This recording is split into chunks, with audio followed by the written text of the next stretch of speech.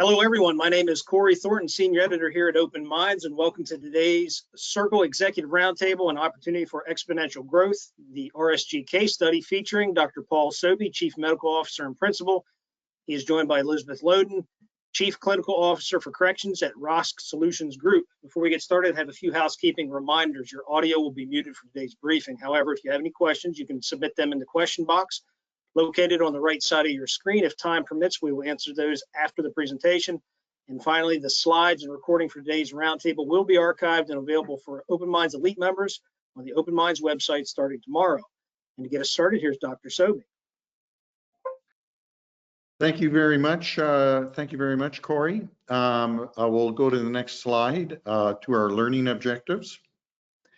So happy to be here, coming to you from Calgary, Alberta. Beautiful day out there today, a mild 35 degrees centigrade, or that's about 95 degrees Fahrenheit. Our learning objectives today are, we want to talk about how to make exponential growth a priority when launching new services. And this is something that in retrospect we saw in our company and want to discuss it today about how we can make that happen in the future. We want to talk then as to operationalizing staff recruitment and training and how to build core educational levels and team structure, as well as how to embed expertise to maintain skill sets and knowledge bases as we move forward establishing more services. And lastly, we want to talk about how to assess market interest proactively from inception and pursue those opportunities in other locations. And this is an interesting proposition for us because those opportunities are coming our way. We'll go to the next slide, which is my disclosures. First of all, I have received some grant funding from Simon Fraser University, SFU, primarily to look at substance use patterns in construction workers. We actually have the largest cohort in the world of substance use of construction workers and their substance use patterns.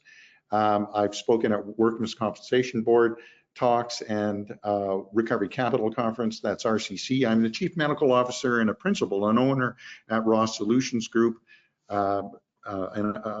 Consulting fees, I don't do a lot of this work anymore. Occupational addiction medicine was primarily the work I was doing. I've left that work now to pursue the work that I'm doing. I don't have any financial relationships with the cannabis industry or the monitoring or pharmaceutical industry. The opinions I'm expressing are my own, and I'm a person in long-term recovery, primarily from opiate addiction. Next slide. Hello, everyone. My name is Elizabeth Loudon. I am the Chief Clinical Officer for RSG.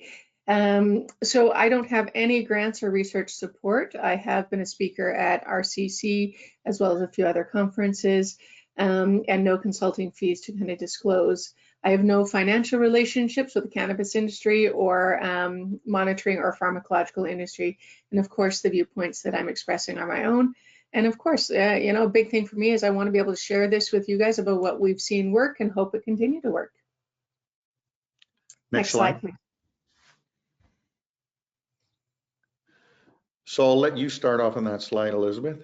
Yeah, so RSG as a company, Paul will talk about when kind of all of the contracts were kind of signed and we originally came together. I think I was actually employee number 3 that was hired. I was originally saying I was employee number 1, but then I was mistaken. That was Chrissy. But the mission of our company is to forge recovery-oriented systems that champion individual well-being and enduring successes for those in the recovery path. So what that means is, both Paul and I come from British Columbia and, have got long histories of working in the recovery field.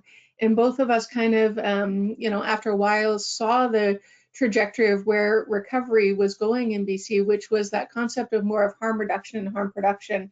And I think we are both kind of in that place of stepping away from it. When RSG was starting to be formed, it was really exciting for me. I was in private practice at the time. I was I've got some specialties listed behind me and working with people all over the world. But I wasn't getting to work with large companies to develop programs to kind of really do the stuff I love doing. And so as Paul and Carson, two of the owners of our company, and when they came forward, their ideas were really exciting because, again, it was talking about recovery. It was talking about like working with a company that really promoted kind of well-being, not just for our patients or the people we were serving, but for our staff as well. And so we really, you know, it talks about we were dedicated to revolutionizing addiction recovery paradigms, empowering people, revitalizing communities, and sustaining and instigating sustainable progress. We did that because we brought together a really multidisciplinary team. When I look at even the team that's on the C-suite with Paul and myself, we have, you know, Dr. McPherson, who is our CEO, and he has a long history of business expertise, running large treatment centers and other large companies. The guy's brilliant. We have, you know, Dr. Sobey, who you guys are going to get a chance to kind of meet more about as we go through this. And, you know, Dr. Sobey is a very humble man, but like he just received a Lifetime Achievement Award for the work he's done in recovery. And I kind of go, wow, like I'm really privileged to work alongside him. You know, we have Scott Gilbert, who is our Chief Strategies Officer, that has opened up, gosh, I think it is 30 different treatment centers in the States, and we're different levels of care. And he's come up to work with RSG and be on our C-suite team. You know, there's myself, who has over 2 decades of working in the recovery field, mostly in large treatment centers, developing programs, developing staff, and really kind of looking at how we offer recovery to, you know, I've gotten to offer recovery to thousands of people throughout my lifetime in this field. We have our CFO, David, who is, you know, a very unique individual when looking at how to maintain kind of all of the grants and all of the money that goes with the grants. And then our Chief People's Officer, Sarah. And Sarah, you know, has got over 16 years of working in human resources and brings with her a concept of recruitment. And so even just that team, when I think of the multidisciplinary approach that we originally took when bringing our teams together, but then as we looked at the teams that we were developing within our TLUs, we took a really kind of radical approach, which was that idea of like, I think 90% of our staff currently and 100% of our staff originally were in long-term recovery. And not just long-term recovery, but these people had lived incarceral experience as well. And so, you know, as we'll talk later on about, you know, the all of the setup of the TLUs or the therapeutic living units, and as we brought members in, what we really wanted was our members to be able to really relate to our staff, to be able to be seen and heard by our staff. And so we wanted to make sure that our staff, you know, had varying levels of expertise. And you know, there was nothing you were really going to get by these guys. Another big piece of what RSG did was we partnered with government and policymakers. And so, you know, when I think of it from the correctional side, we worked alongside the different directors at each of the organizations. We worked alongside, you know, the ADM of corrections as we developed all of our policies.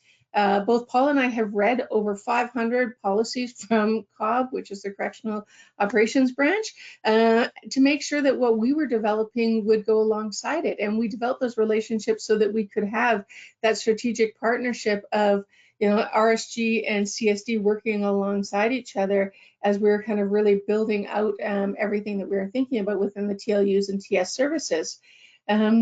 So yeah, we really wanted to have that idea of our staff as we brought them on to not just work for a great company, but we wanted our staff to have a company that really believed in recovery, a company that believed in them and wanted to continue to grow them. We wanted them to belong to a company that had great culture and that had some good laughter together. You know, Paul and I have had some amazing barbecues with people where we, you know, made some good meat and had some good laughter. And we wanted them to work for a company that paid them well and looked after them. So when we think of like who we are and what we do, we really wanted to develop this company that really talked about recovery and brought along people that wanted to be as passionate as we were. You know, Sarah, who's our Chief People's Officer, used to say, like, you know, when she got into this field, she didn't know tons about recovery, but she said, you know, sitting with any of us, whether it be Paul or myself or Carson, she's like, a good hour could be just taken up with these guys just in their passion about recovery, and it was contagious. What we believe about recovery is really contagious with the people we get to work with. Paul, I'll turn it back over to you as you talk about initiatives. Yeah, so how it all got started is I was not happy in British Columbia. My business partner, Carson McPherson, and another fellow who was a business partner at the start, they weren't happy about what their work looked like in British Columbia. We knew that Alberta was investing a large amount of money in rebuilding, realigning their mental health and addiction care approach. It's a recovery-oriented approach, and there was talk of about $1.8 billion being invested for a population of slightly more than 4 million people. We met up in Whistler at my friend's condominium. We talked about this in August 2022. In December 2022, we incorporated, and by March of that year, March 2023, March 31st, we had secured $70 million in grants from the province of Alberta. We are currently the largest grant holder. And our work's ambitious, but the thing about it is it involves multiple synergies. So we have several key initiatives that really involve 6 spheres of work. Number 1 is the corrections contract, which we are rebranding Vicarian Correctional Care. So there we are required to stand up and operate 4 therapeutic communities. And therapeutic communities is, of course, a well-evidenced modality of care. It's the Portuguese model, essentially. Portugal built 26 therapeutic communities prior to decriminalization on July 1, 2001. So we've built out 4 of them in jails and opened the last one on May 27. In addition to that, we're building out what are called transitional services at 5 remanded centers. These are centers where individuals, inmates are housed that are waiting sentencing. Transitional services provide a basket of services to reduce medical and criminal recidivism. That's the objective. And primary to that is referral to the therapeutic communities and jails. We envision a model of therapeutic correctional center. So instead of having a whole bunch of small therapeutic communities, we envision having a large therapeutic correctional center. And ideally what this will do is it will produce multiple economies of scale. It will produce centers of excellence for training individuals that work for us, training corrections individuals, etc. The second contract is the Recovery Training Institute. This is a webinar-based model for educating individuals working in the Alberta model. It's about a $11 million contract. We currently have around 60 hours of high-quality training. We'll have 200 hours by the end of 2026. The third contract is Lakeview Recovery Center, which is a 75-bed therapeutic community on 40 acres just west of Edmonton. So it's a large therapeutic community, large enough it'll be a recovery village. We're opening July 29th there. But in addition to the 75 beds where people will come for treatment, long-term treatment up to 1 year, there'll also be 25 beds for educational purposes. So you can imagine people will go and do webinar-based training at the Recovery Training Institute and then go to Lakeview, the large therapeutic community at Gunn, for 1 to 4 or longer week practicums. The 4th and 5th contracts are recovery coaching contracts where we're training probably 200 recovery coaches by the end of 2026, and those recovery coaches are being placed in positions and paid quite well to reduce medical and criminal recidivism. The first place they're being placed are in what are called navigation centers. These are one-stop shopping settings for individuals that are homeless. Government, in fact, goes and takes down tent cities and invites all participants to get on the bus, bring your tents, bring your pets, bring everything you got, and they go to the navigation center and then they provide services for those individuals. And what's really amazing is how little those individuals have ever accessed services because of the way the system was constructed. We're also going to be doing a randomized controlled trial of placing recovery coaches in emergency rooms, and I have an idea where we're going to train people in the therapeutic living units, the inmates, to be recovery coaches. So when they're discharged, they're going to go to work, possibly in the navigation center or other settings as recovery coaches. The last contract is Frontline Expert Team, which is a contract where government asks us as experts in the field to assess treatment providers and then provide reports on how to best optimize those services. Next slide. So this is a slide that I always love talking about the scope and cost of substance misuse. This is a slide that really lays out what we're dealing with. So in Canada, we spend about $50 billion a year on the costs related to substance misuse. US, tenfold, it's 10x. Your population is 10 times greater than ours. You have the same problems that we do. This study is published in the United States. I think it's by National Institutes of Health, and it's $50 billion. It's pretty much exactly tenfold what Canada is. But what's really interesting on this, there's a couple of things that are interesting on it. Number one, 2/3 of these costs are alcohol and tobacco related, so the legal substances. Number two, if you look at opioids and lost productivity, it's almost as great as alcohol. And the reason for that is because people dying of opioid addiction are between ages of 18 and 55, they're 85% men. And when they pass away, they don't work. And so there's huge loss of productivity. But for every death, there's 4 to 10-fold brain injuries, hypoxic brain injuries, lack of oxygen to the brain. And those people are under or unemployed. Now, if you look at where these costs accrue, lost productivity, or first of all, criminal justice is only 20% of the costs. So we're talking about $10 billion cost in Canada or $100 billion in the United States, relatively small. But with criminal justice costs, many of these people are incarcerated. So we have a so-called captive audience, literally and figuratively.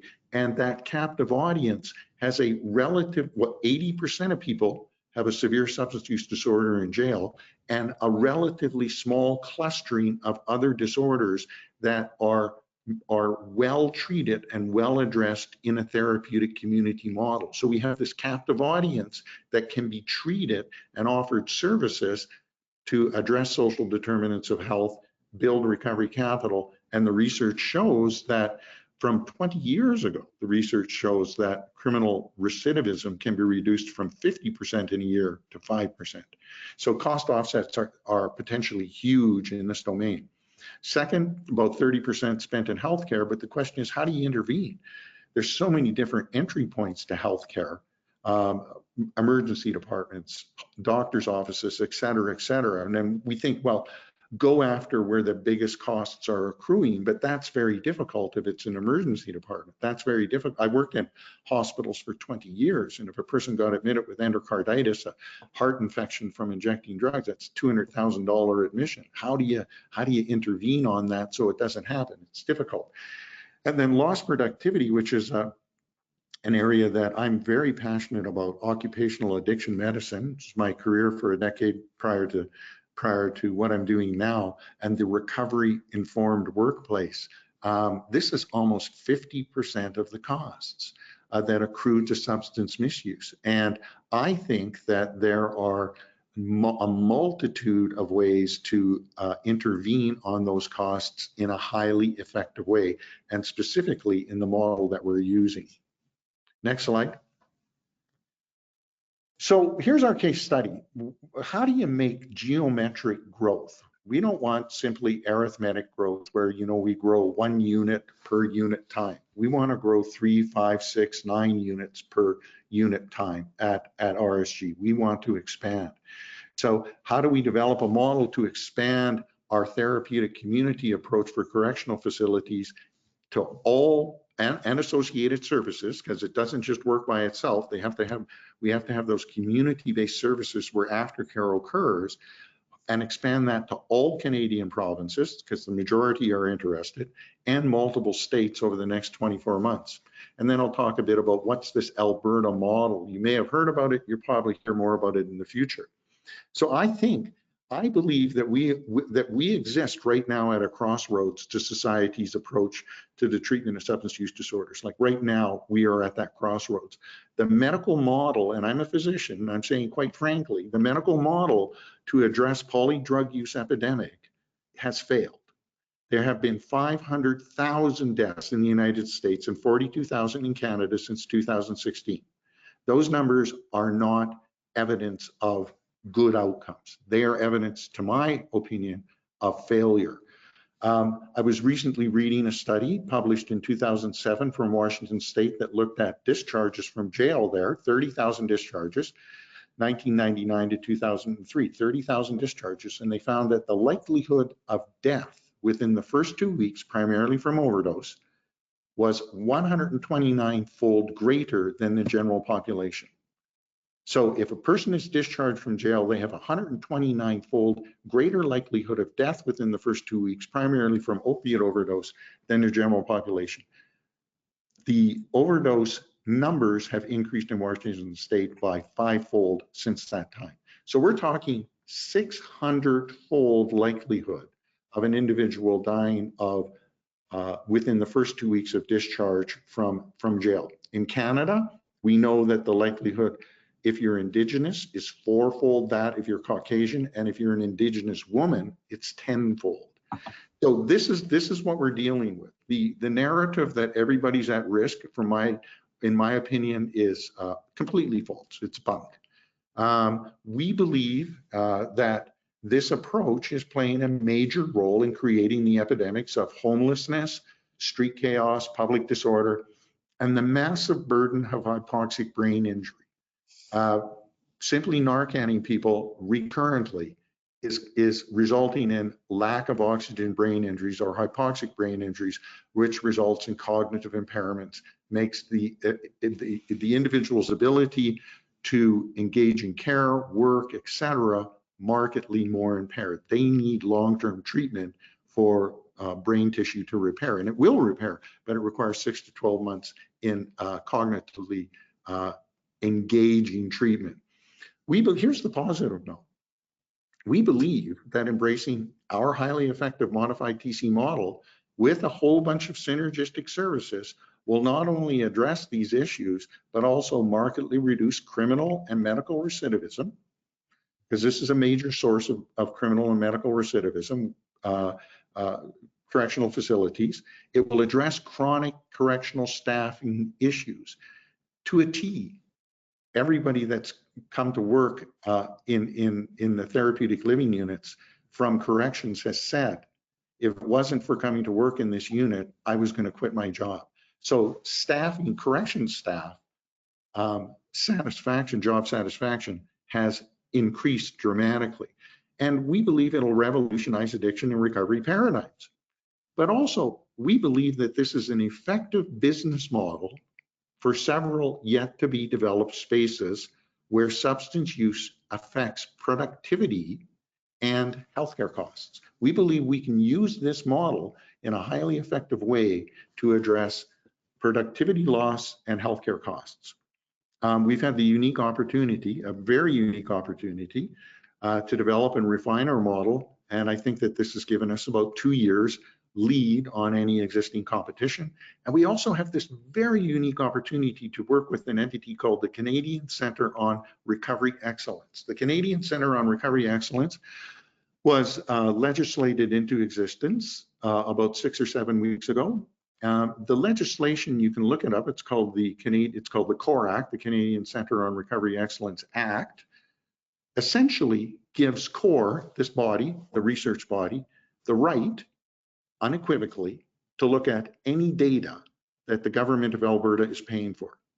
Only a court higher than the government of Alberta can block that. So no human rights, etc. court can block CORE looking at correctional data, healthcare data, housing data. So this is the opportunity to bring all of these data sets together and determine what's efficacious and what's not efficacious. Very exciting.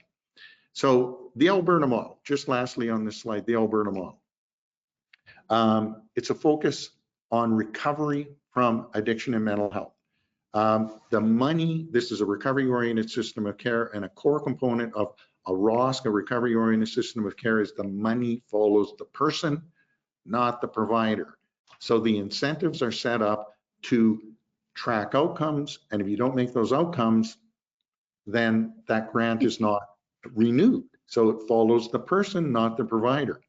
The premier, which is essentially the governor, the highest elected person in the province, sends mandate letters to all involved ministers that have anything to do with mental health and addictions. And there's a dedicated minister for mental health and addiction with a very large budget. So that mandate letter says, if you're doing anything, policy, procedures, practices that will impact mental health or addiction, it must be recovery oriented. And recovery is very well defined. There is a large continuum of care going all the way from prevention to intervention, treatment, and recovery. It's data driven. There's something called the Alberta surveillance system. I strongly advise you Google search and look at this. It's all publicly available data. The density of data that's available on this site is available to everybody. And it's incredible. You can look up the number of overdose deaths per cocaine, methamphetamine, prescription opioids, et cetera. And there hasn't been a single prescription opioid death in the last 3 months. You can look them up in various zones by age group. You can look at urine drug tests. It's all available publicly. It's data driven. The government of Alberta is building 11 large therapeutic communities. 5 of them are First Nations. We've built out the correctional treatment setting. There's a virtual opiate dependency program. If I have an opiate use disorder, I can access Suboxone in 20 minutes by a telephone call. And then there's lots of virtual mental health services. So quite excited about what the Alberta model is about, and more than willing to chat more about it. Next slide. I always love listening to Paul kind of talk about the Alberta model because it's very exciting. And, you know, although he only spends like 2 minutes talking about it, it is it's huge what's going on in Alberta. It's probably the biggest, you know, and the most kind of cutting edge approach to what people are doing for recovery in the world. So yeah, as Paul says, check it out, please do. There's some great stuff going on, and Alberta should be really proud of what they're doing to protect their citizens and support and treat them. Okay, our approach, and as Paul talked about, all of our grants were signed March 31st, 2023. At that point, you know, Paul, Carson, myself had already started doing some of the groundwork for this, but our work really started at that point at the idea of like, how do we do this? The choice of sites, if I'm honest, we weren't involved in it. And so when we think of the choice of sites for the TLUs, or the therapeutic living units, which are basically, if I keep it really simple, they're treatment centers and jails using the therapeutic community model. We weren't involved in necessarily picking them, and so we were handed 4 TLU sites. And for us, it was about, you know, taking a look at them and kind of going eek for a couple of sites, like not the best, and having some excitement for a couple of the sites. And so the choice of sites happened, and we viewed all of them to begin with, and we went around and kind of, for both of us, it was about that idea of this is what we've got, how do we make it work? What's the solution here? How do we work with this to develop these safe places within jails, our own separate units within the jails, to be able to kind of promote change in our members? We started all the initial background work, and when we talk about the initial background work, yeah, big stuff there. We had to develop all the policies and procedures. We had to develop all of the community placement plans. We had to develop all of the manuals, all of, yeah, everything that just went along with starting a treatment center, and not just starting a treatment center, but starting a treatment center within a jail, all had to be kind of put together. And when we put it together, it wasn't just as simple as like Paul and I writing this stuff and going, great, check, it's done. We then sat with what was called a working group, which consisted of, was it 22, Paul? Started at 22. Started at 22. And of that 22, there was directors from the centers we were going to be working with across the province. There was people from Alberta Health Services, mental health and addiction, and then of course Paul and myself.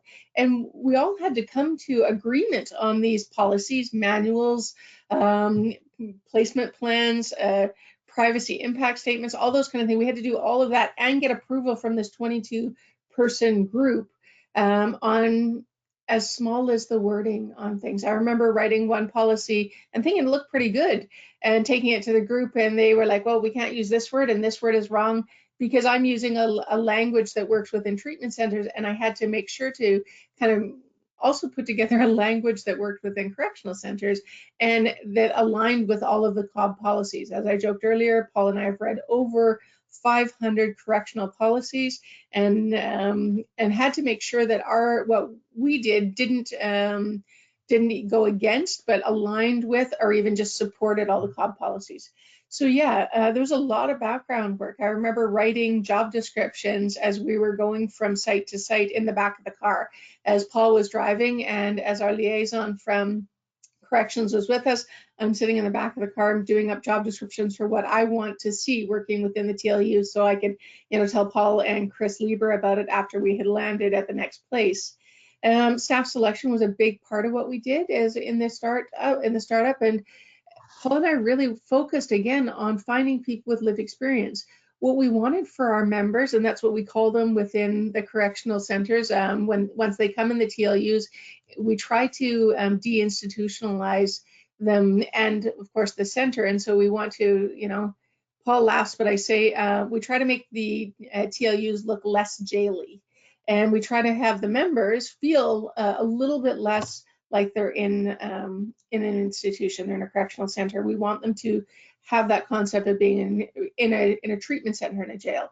So when we did staff selection, it was really important that our staff weren't just a bunch of people with credentials, all those kind of fancy degrees on the wall that our members wouldn't relate to. We wanted people that had competency, of course, and had some educational experience, but also really brought with them the idea of hope, that recovery could change their life, that getting out of the criminal justice system was possible. And so, staff selection took us quite a while. I remember doing so many interviews, and I say so many because it was probably about 40 interviews to find 5 staff. And those 5 staff, again, it was really about building community. Originally, when Paul and I were again setting up, doing some of the initial background work, we did a Zoom meeting with Rex Haig, and Rex Haig is one of the founders of the Therapeutic Community model, and the guy's kind of legendary over in the UK, and so we're pretty privileged. Well, I'll speak for myself. I was very privileged to meet him, and he's talking about all the work he's done in these recovery communities, and Paul and I'm madly making notes, and he sat back and he said, okay, you can read the book, and you guys are bright people. What you really need to do is you need to develop a sense of community with your staff and the people that will be working together. And I went, okay, wow. I can develop programs, I can develop training, but what it was really important was doing that, but also really bringing together communities of people that will be working with our members. So staff selection was really important, but following staff selection, we had to bring together our RSG staff and the CSD staff because we trained them together to work on the TLUs. In our first training, and Paul will probably smile when I say this, I remember kind of our staff, all these people with lived experience. We had one guy that had a bunch of knuckle tattoos, and his knuckle tattoo actually said criminal across them. Yet this man was in long-term recovery 15 years, I think it was, or 13 years, and an excellent counselor nowadays. But I'm watching him and CSD staff, so what are called CSWs or correctional service workers, sitting together in this training, and they're all looking at each other. And the CSWs are thinking, what? I have to work with a bunch of ex-criminals. And our staff are sitting there going, what? I got to work with a bunch of squareheads kind of stuff. And Paul and I are sitting there going, okay, Rex tells us we got to develop community here. How the heck do we do that? And so in our training process was definitely about training all of the therapeutic modalities and, the basics of TC and what our TLUs are going to look like and how we're going to make them less jaily and make them safe for people to do their work. All of that while really bringing those two communities together, exposing the biases, exposing kind of those thoughts and talking it through, but developing a coherence so that there was no light between the two people. everybody had that. As we opened up on day one and brought in all of our new members, everybody had that kind of most important idea, which is how do we help them and not just house them. So our training programs, what we initially did, they were 4-week-long training programs. They were very they were very interactive. There was a lot of kind of psycho ed, but then there was a lot of kind of role playing and practice so that they could build that kind of expertise. And what we tried to do was have kind of what we coined that concept of a waterfall approach. And so we trained staff that were going to be working within our Red Deer location for the Red Deer training, but we also brought in some people that we knew that were going to be working within our next location to train with our Red Deer site. And then as we open Red Deer, we'd be working alongside them to build up some of that expertise so that when we move to the next site, those people would come with us and help train the new staff, help build up the new site, and no different than the next people would kind of train there and then also move on. So huge stuff. Big stuff that we were doing with our training, and lots of really kind of forward thinking on Paul's side when he came up with the concept of doing the waterfall. Fidelity maintenance and culture maintenance were really important for us. As I said earlier, I wanted to bring staff together and create an atmosphere that people really wanted to come to work, that they weren't kind of dreading this idea of like, oh, I gotta go to work today. They wanted to kind of be like, oh, I wonder what happened this weekend, and I wonder how member X is doing, and excited to kind of to share their passion. So we did a lot of culture building. We had fun together. We checked in on our staff. We supported them. We, sadly, in the middle of our first training, we actually had a staff who lost her son from a drug overdose, and we supported the heck out of that staff. And she came back to work and was able to kind of use again that experience to support our members and to be able to kind of talk about it from a family perspective, what it's like to have somebody in active addiction. Fidelity maintenance was really important. We wanted to be able to prove out when it came to this research that what we were doing wasn't because of what one site, one person was doing because they were doing some sort of, novel therapy over here, but we wanted to prove out was that idea that the reason this worked is because everybody was doing the same thing. If you went to a TLU in Red Deer, you were going to get very similar, if not kind of the same treatment as you would get if you went to the Calgary TLU. Of course, our female TLU was a little bit different because we had to do more kind of different kind of approach to care of women and men. There's a little bit of difference there. But culture and fidelity maintenance were really important to Paul and myself as we were moving forward and as we were kind of building up what the TLUs and TSs were going to look like. And, and as we kind of are sitting there today, what we're really looking at is how do we move forward? I know that Paul has said, we've got other provinces that are looking at what we're doing and kind of going like, how do we, maybe we want a little bit of that, but we want to make sure that we're building out Vicarian Correctional Care or BCC, and we're looking at things like optimization, manualization. We're doing QI work at all of the sites to make sure that everybody is following the standards that were put in place and making sure that if somebody hasn't, we're doing retraining and supporting them. Our approach over the last year, as I say it out loud, I kind of go, whew, Paul, we've done a lot of work. And I'm really excited for the next step of BCC and where we're going to be heading from here. Next slide, please. So I'll talk a bit about performance data here. I had dinner last night with our CFO, and he tells me we currently have 85 staff. And so the reason why our total staff is growing so quickly is because we're opening up Lakeview Recovery Center, our large therapeutic community west of Edmonton on July 29th. So we're ramping up staff hiring there. We'll be over 100 probably by the end of the summer. At Vicarian Correctional Care, our correctional arm, we actually now have 40 staff if you go all the way from the executive director to the counselors. This is a hub and spoke model. So what happens is we've developed as a hub and spoke model because we have ROSC Solutions Group in the middle, RSG. We have a correctional arm, which is Vicarian. We have a recovery coaches arm, which is Bowline. We have Lakeview Recovery Center. We have the Recovery Training Institute of Alberta, and are working toward recovery informed workplace arm also. So the hub of the model does the majority, about 40% of the work of all of those arms. It does all of the human resources work. It does all of the financial work. It houses the CFO. It houses the individuals that write reports for grants, etc. It houses all of the data analysis. And so we use that economy of scale of having a hub to do work that each individual arm would have to do, but can, if it's in the hub, it will be developed with a higher level of expertise. And then the spoke itself is really doing work that develops a high level of expertise, such as running therapeutic communities or correctional setting based treatment.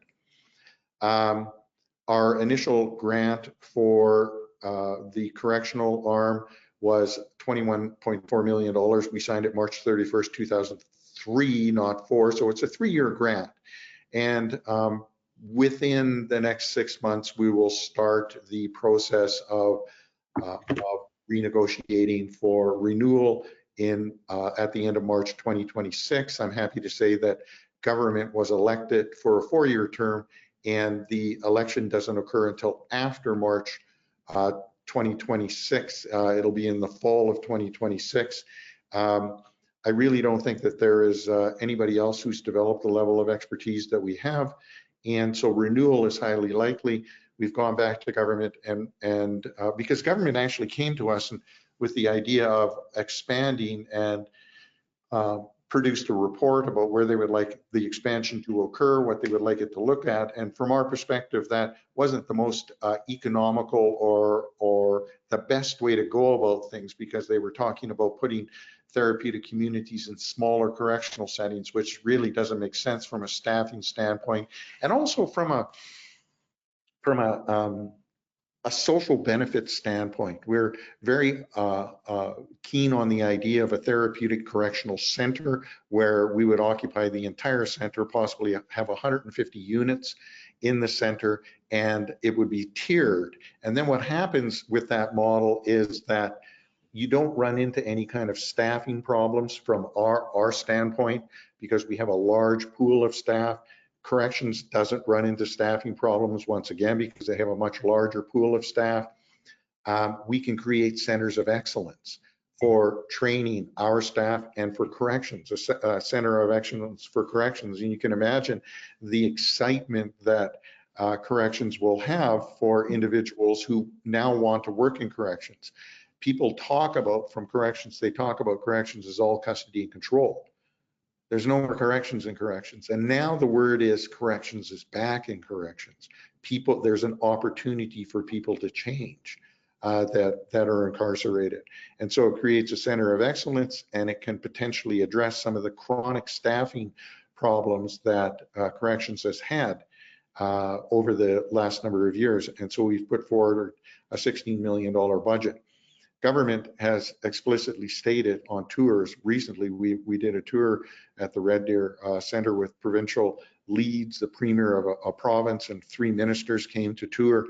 And the lead on the tour, who's a very senior member of government, explicitly said, we want to see 20 to 25% of incarcerated individuals in treatment. So that might be, there's 3,000 people incarcerated in Alberta. That might be 600 to 750 people. We incarcerate approximately 1/10 the number of people per capita that the United States does. We're about 80 per 100,000, where the United States is about 800. So you can imagine the potential for this model in the United States. If we go to the next slide, our organizational chart, didn't do the colors very good here, but if you go to the top of the chart, you'll see the executive director, a guy named Greg Hoffert. We brought him on board about 6 weeks ago, because Elizabeth and I were essentially program directors, operational directors, and executive directors of this entire arm. So we brought on an executive director. He's working out quite well. The executive director will report up to our CEO, my business partner, Carson McPherson, which then reports up to the board. And we're all responsible to each other at the level of the board. So there's the executive director. Just last week, we hired a program director. Val Kilgore, very highly qualified woman from British Columbia. You can see on this chart, we don't have an operations director. The reason for that is because operations are already built out. When we move on, we'll need to take a program's operational and executive director with us.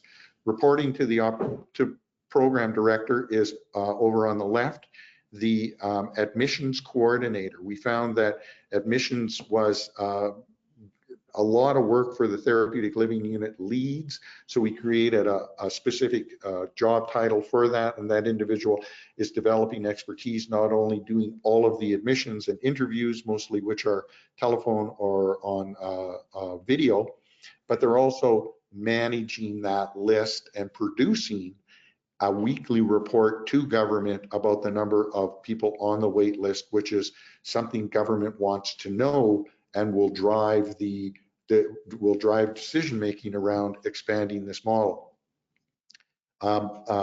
Reporting also up to the program director is associate program directors north and south. So we split our operations north and south. Alberta is a big province. It's about 1,800 kilometers, or call it 1,000 miles north to south. Edmonton is about halfway up the province, and so there's Edmonton here, there's Red Deer, there's Calgary, there's Lethbridge, and Medicine Hat and Lethbridge are kind of at the same level, and then way the heck up north here is Peace River. So on the north side, that individual will be responsible for Calgary and Lethbridge therapeutic living units, and also the transitional services at 2 Calgary settings and at Medicine Hat. On the north side, that individual will be responsible for the therapeutic living unit at Fort Saskatchewan, which is a women's unit, and also the transitional services at Edmonton and Edmonton, Peace River, Edmonton and Peace River, and also the therapeutic living unit at Red Deer. Now think, if we expand by 94 extra units, and I don't call them beds, I call them units, because that unit is occupied for approximately 4 months minimum. This is a long-term treatment program, and so it's 4 months minimum, and we're trying to get people into treatment for 12 months. What'll happen is Calgary will expand from 22 to 50. Lethbridge won't expand, but Fort Saskatchewan will expand from 22 to 40 and an additional 50-bed unit there. We're very excited about Fort Saskatchewan. It's a 76-acre site that is designed in pods. So it's ideal for the entire site to be a transitional correctional center. It has huge grounds, hockey rink, grounds for Indigenous activities, soccer field. The units are very large and spacious. They align themselves really well with therapeutic activities. So there's a bit about our organizational chart. And what we're going to do now is we're going to go on to the last slide. If I knew then what I knew now, I know now. And number one thing is I think we would have been wise to build out our organizational chart top down as opposed to bottom up. We had the finances to do it. I did not have the business sense at that time to do it, but my business partner, Carson McPherson, who's an MBA and PhD, he certainly had that business sense. So I think that at that time, if we took on an executive director and program director and organizational lead, we would have been further ahead now than we are. So building it out top down. Elizabeth? And I think that, yeah, I think that that was an important step. I don't know if we should have done it at the very beginning, but what I think that, you know, after we had opened up, you know, a couple of them, we had everything kind of stabilized. I think then we could have built it out. In the beginning, as I said earlier, we had 22 people on the line as we were just developing policies and procedures. If we had had a huge team of individuals, as Paul talks about when we talk about the, you know, a BCCCU, CEO, provincial ED, if we had had all those people, it might have, you know, slowed the process down and slowed our work process down as we developed everything with the speed that we did. But when I think of, you know, after we had opened up 2 of our TLUs, we were in kind of month 6 of like the huge push of this. What I know is Paul and I we got tired, and, you know, we had been working pretty kind of flat out for a long time. And I think at that point we sort of stopped and said, hold on, let's hit the pause button and let's build out some more of this versus us just keep going. when I talk about the culture of staff that we wanted to build, I think that we gave our staff the wrong message, which was that idea of like, yeah, we tell you guys to self-care, we tell you to look after yourself, have balance, and yet you're witnessing kind of your two most highest people in the organization still kind of working on weekends and still pushing themselves through sickness. And I think that we could have done definitely a better job when I think of culture and the message with culture than we did there of using ourselves as role models in those situations. So I agree with Paul with the idea of like building out our organizational team top down, because we started bottom up and wanted to get the people in the places that the members were really going to connect to, but we needed that help up here to support all of our staff that we're growing. So we're going to use this knowledge. We're going to go through an operationalization process. We're going to go then through a manualization process, and we plan on publishing that manual as the standard of care, the national standard of care for therapeutic units, therapeutic communities, and jails. Once we have that done, we're going to go to the next location. But when we go to the next location, we're going to hire an executive director. We're going to hire a program and operational directors. We're going to train them up here in Alberta, train them up well, 2, 3, 4 months, whatever it takes. Those individuals are then going to go to the next location and recreate that model. But in addition to that, we would like to hire a Vicarian Correctional Care CEO. So this is an individual with a real long-term perspective, an individual that has done this before, who has connections in the United States, who thinks quite broadly, and can not only go to one province at a time, but go to 2 or 3 provinces, or possibly 3 or 4 or 5 states at a time. And so knowing the model that we've created here, I think it's very possible to have those senior people in place here, train them here under the guise of a CEO, a national or international CEO, and then take this model to other locations. We're at a crossroads. What we're doing is not working. When other governments come here to Alberta and they look at what's going on here, they clearly see it's working. And the evidence base behind this model is very strong for reducing criminal and medical recidivism with metrics that were quite narrow back then. Now we have much better metrics to be able to look at the cost offsets, social cost offsets. Next point. Well, I think when we, the next point is that concept of actively involved in site choice. As I said earlier, as Paul and I were originally, back in March of last year, doing kind of the tour of the sites that were given to us, and we were told this is where you have to do it. I think that we sat back and said, okay, this is where we have to do it. If when we move forward, we won't be as kind of laid back towards that, because when we looked at it last time, it was like, sure, we'll just remove the barriers. But what we know now is we need larger sites. We need sites that there's room for us to bring in a cohort of 20 to 40 members at least, and possibly higher, because when you think of the therapeutic community model, it's based on peers and group. And so all the work that we do in there, the members are, they have to work together as a unit. Community is method. But when we have smaller units, as we do in 2 of our locations right now, that can really only house, say, 12 to 18 guys.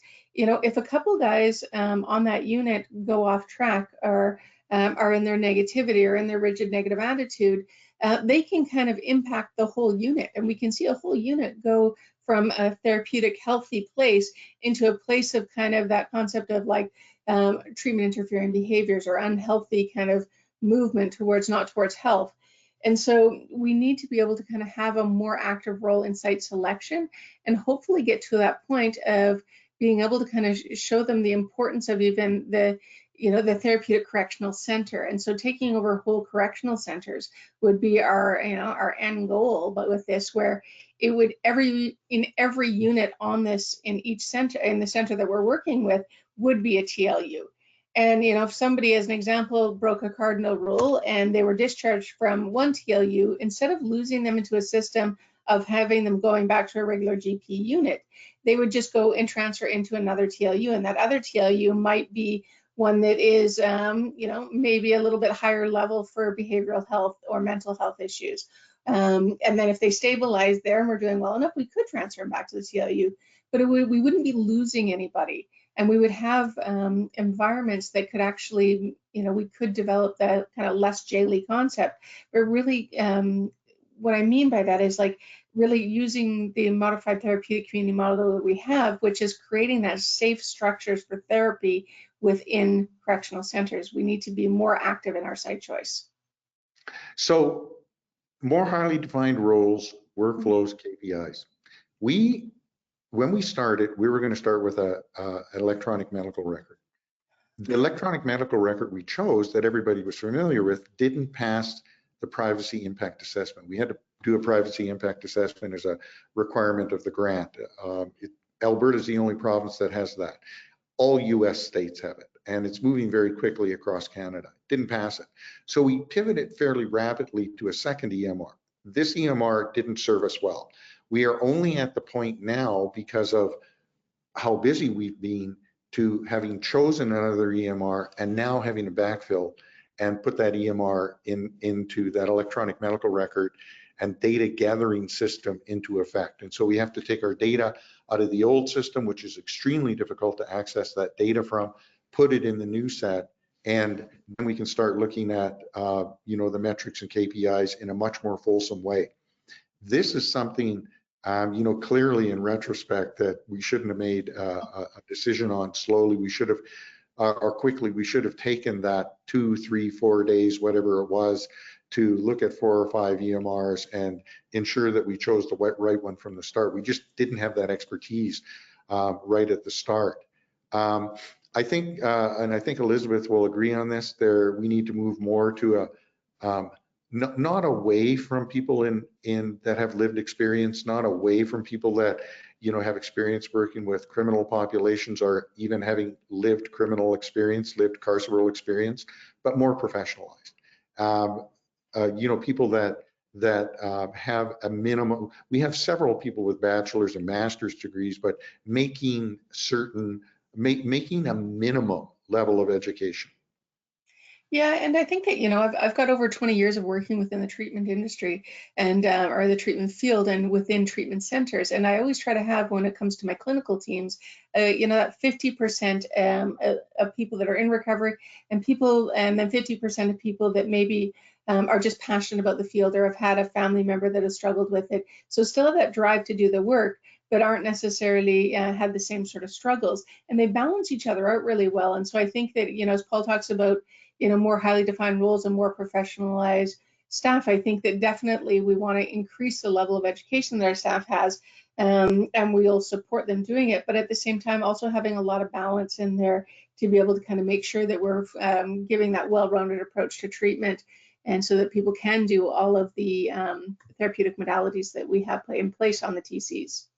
So we got about 3 minutes left. I'll make these last couple of points. Number one, my business partner, Carson McPherson, is a big AI advocate. Yes. Over the last, I've used AI quite a bit in photography for at least a decade, but over the last several months, I've also become a clear advocate of AI, and I see the benefit in our business. Carson is having AI firm come and review our entire business model for efficiencies. Now, there's a couple of areas. Number one, prompt engineering. We, like most businesses, we are very passive about finding employees. We put out ads, people go to Indeed, etc. We should be doing much more active prompt engineering, using key search terms to find people, and then doing that every single day and changing the key search terms, and then having our HR people go and actively seek those people out, go and actively call them, meet them. So AI in that regard. AI to modify and provide outlines for any new manuals and materials so that they comply with local legal, etc. requirements. We can just ask AI, does this manual in its entirety comply with all 511 COB policies? Instead of reading them, we should have been doing that. Our EMR, it must be configured using AI metadata to collect data and drive decision making. I like the idea of using keyword searches as metadata to determine how often are these words used in the notes that our staff makes. What's the duration of the note, the number of words in the note, using AI to tell us like if a note is not made, etc. So much more active use of AI to create efficiencies, report writing, having a template and having AI drag all the data out of our system and put it into that report. So instead of me writing that report over 6 hours, what I'm doing is I'm simply correcting and modifying a report that was written by AI in 30 seconds. And then the last piece is greater reliance on hybrid training. We should have been using Recovery Training Institute. We had the budget to do it, to record or at least have a staff of a film crew following us along through the 4 trainings, and you know, having significant more training components built out at this time. So there we are. We're at top of the hour. Yeah, I think we talked for all 60 minutes, Paul. But we're more than happy to take. You know, we can provide emails, and more than happy to take any questions by email or telephone call. I'm happy to speak. Absolutely, Dr. Sobey, Ms. Loudon, thank you very much. If we get anything come in, I will be in touch with those questions. And I want to thank everybody who joined us today. I also want to remind everybody that the slides and the recording for this will be made available on the Open Minds website starting tomorrow. And if you would, you can join us for our next roundtable, which is next Thursday, July 18th at 1 p.m. Eastern, Transforming the SUD Treatment System, a Shatterproof Treatment Atlas case study. To register for that event or for a full list of upcoming roundtables, you can visit the Executive Roundtables page located under the Events tab at www.openminds.com. Dr. Sobey, Ms. Loudon, thank you again. I hope you both have a wonderful weekend. Thank you so much. Thank you very much.